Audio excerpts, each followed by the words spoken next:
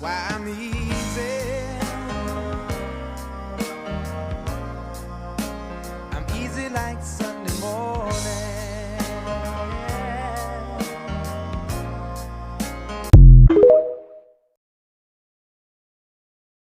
I've never done anything like this before. Okay, calm down. Look, I'm not a cop. I'm not a cop.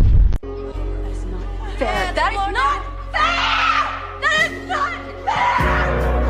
74 is the perfect way!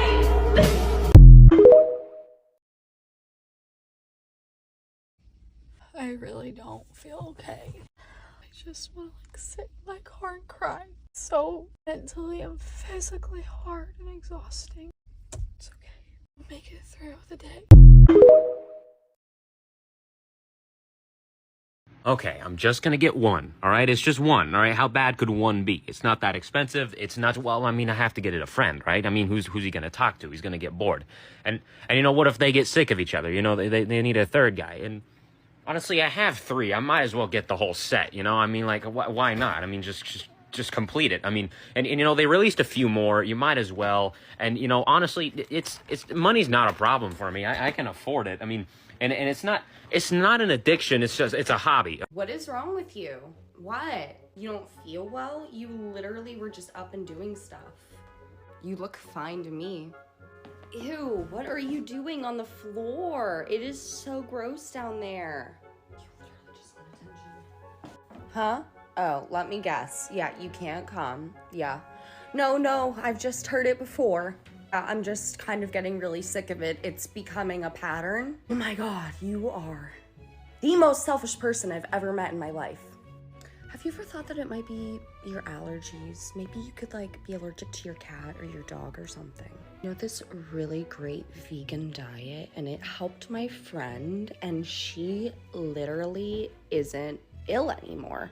I don't know, it just seems like crazy to me to think that like somebody's body could hurt all the time. You know what I mean? Like, I just think that maybe there might be something else like going on.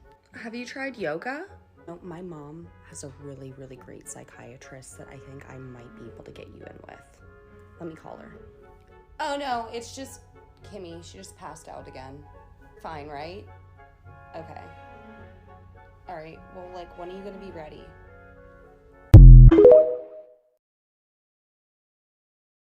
This is not an average day in my life, okay? This is probably the most impossible day in my life that I had to somehow make possible. So come along with me and I will show you not only how to survive, but also thrive those super high spoons jam-packed days. So yesterday on the agenda, I had to wake up at 8 a.m. to then go to a 9 a.m. in-class exam, then leave at noon, go back home, do full hair, full glam, hit the road, go to the Sheraton Hotel for a gala that I had until 10 p.m. Okay, so just like thinking about that had me absolutely out of breath. 24 hours before this, I was literally in the ER sobbing in pain, unable to literally move. So I was thinking that I wasn't going to be able to make it, but I have made a mission to myself, and you guys all know this, that when I want to do something, I will find a way to make it possible. In order to do that, I have to make sure that I have all my medical necessities in check. So I do my ostomy changes, I take my medication, I hydrate, and I am on top of that because in order to get through the day, I have to make sure that everything else is in order in my body, right? I've also learned that it's really about finding accommodations in any area of your life that you can make a little bit easier. So I actually emailed my prof beforehand, letting him know that I was having a POTS flare and that I wouldn't be able to participate in the in-class portion of the exam where we would have to be walking around the school. Luckily, he had actually changed that, so it would be more so like a sitting in class for the first portion of it and then standing around in the studio. So it wasn't too bad. I felt like that was doable, so I made it my mission to go and to at least give it a try. Then I got home and I got ready, and not gonna lie, you guys, when I'm in the zone and I'm like focused on something, I totally forget to eat. I totally forget to hydrate. So it really helps to have my parents helping me by bringing me food to my room. If I don't have the food there, I will fully forget, and then I'll have lunch at 4 p.m. and I'll wonder why I feel like shit. Well, it makes sense because I fully skipped a meal. Also, on days like this, I am super selective with my spoons and how I spend my energy. So another way that I'm able to preserve my energy is by asking for rides from my parents. Luckily, they are the most helpful people on this planet, and they drove me to and from school, and they also drove me to the event. So that's another way that I was able to conserve my energy. I just had a nap in the back of the car on the way there. I've also learned that it is physically impossible for me to get through days like this without asking for help. help. And one of the ways which I get help from others and the people around me is by getting them to stand in lines for me. Honestly, I know it doesn't sound like that much of an effort or that much of an exertion, but like standing in line for me with pots is something that truly sucks the spoons out of me and gets me feeling like absolute donkey doo-doo. So my dad was able to stand in line for me, thankfully. We had a room as well, which definitely helps for conserving energy and getting some downtime before the actual event.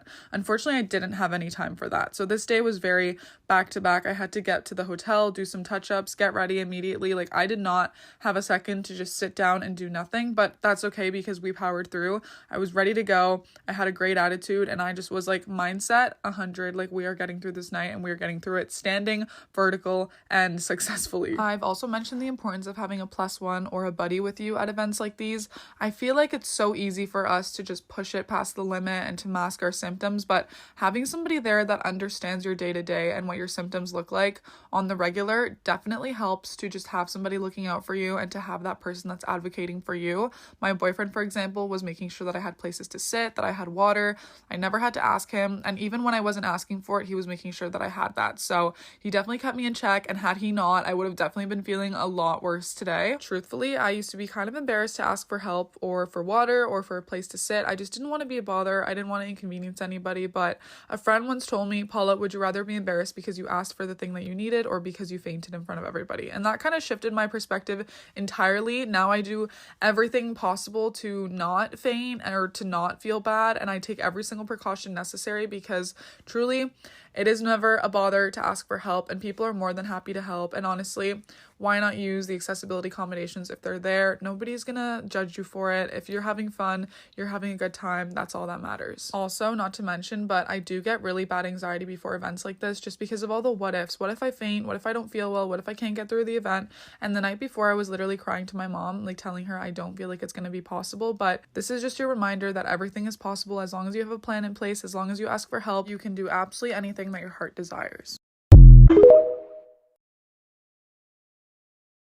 Come on, guys, we have perspective. We know these are champagne problems. Yes. I mean, it's not like we're working in a coal mine. God, no. But here's a secret. It's way worse than working in a coal mine. It's more dangerous than working in a coal mine. We would love to be working in a coal mine.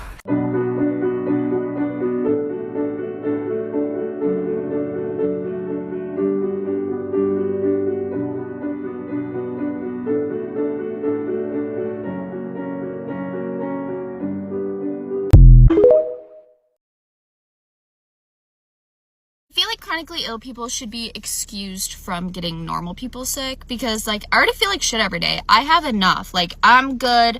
I don't need anything else. Leave me alone.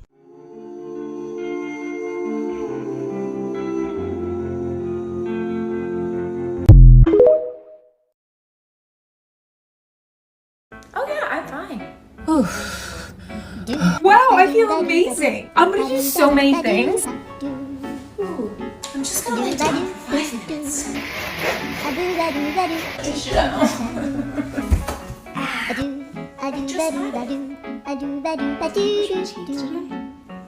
Fine.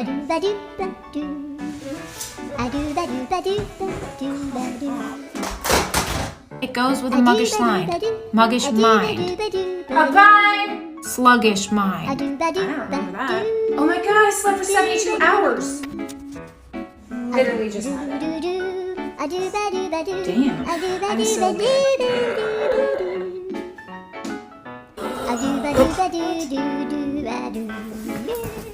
Should I have done all the things? Oh no, I know, I can't. No. I'm really sorry, but I'm not gonna be able to come tonight. Because I'd rather cuddle my dog. I'm so not fine. I'm so not fine.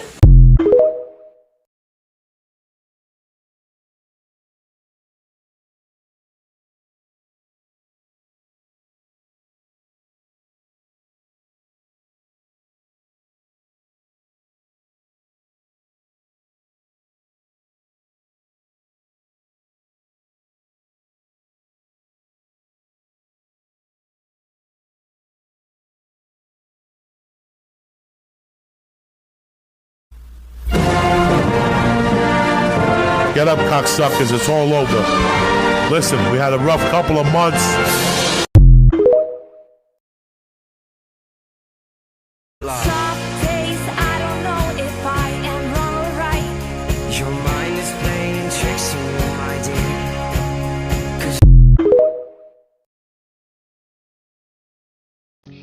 have an invisible chronic illness and you're having a good day today, let yourself enjoy your good day.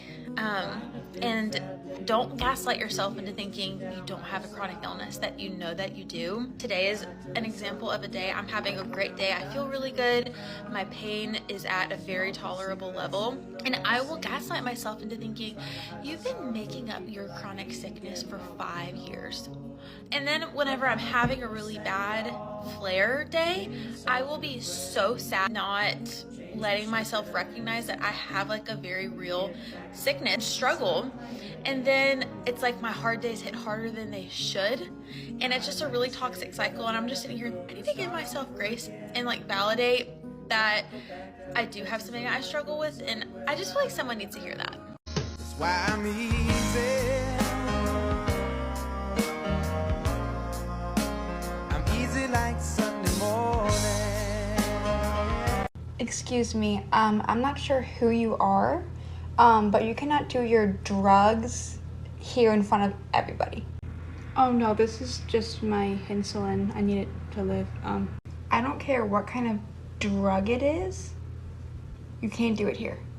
Do you even know what insulin is? Obviously something you shoot up, so... Have you ever heard of diabetes? Oh, don't play that. You don't have diabetes. You are not fat. I do. I have type 1. And I take insulin so I don't die. I'm calling the cops. You do that. See, kids, don't act like her. Ever. Your mom's crazy. Hey yo, gastroparesis check.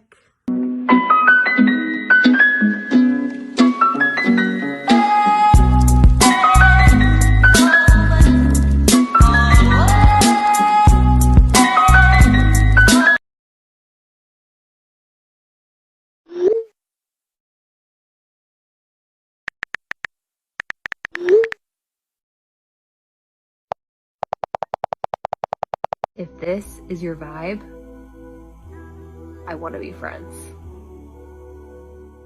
Ballerina Cappuccina. Mi.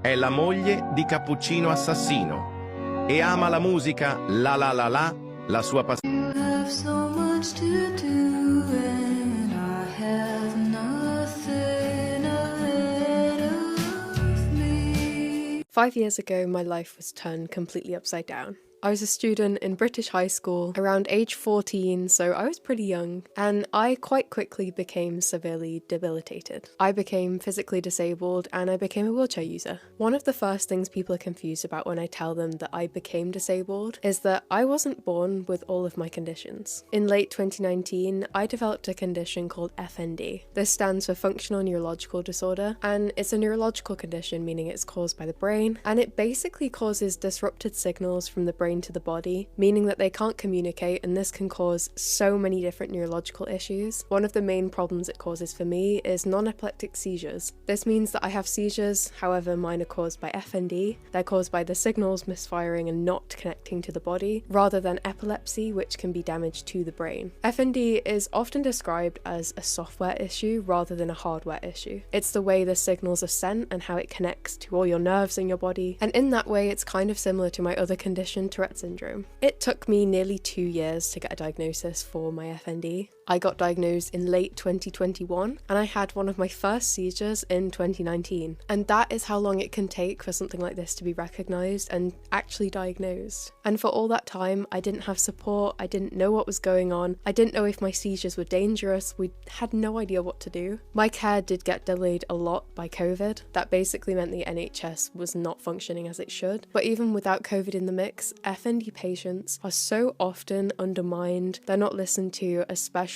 if you are a young female. We are stereotypically told that it's anxiety, we're told that it's made up, it's in our head, we're just complaining, when actually we are suffering from debilitating neurological symptoms. You're just jealous, Lisa. It's the girl that leaves you to rot. She says, I am real and you are not. And all the town was cold and wet.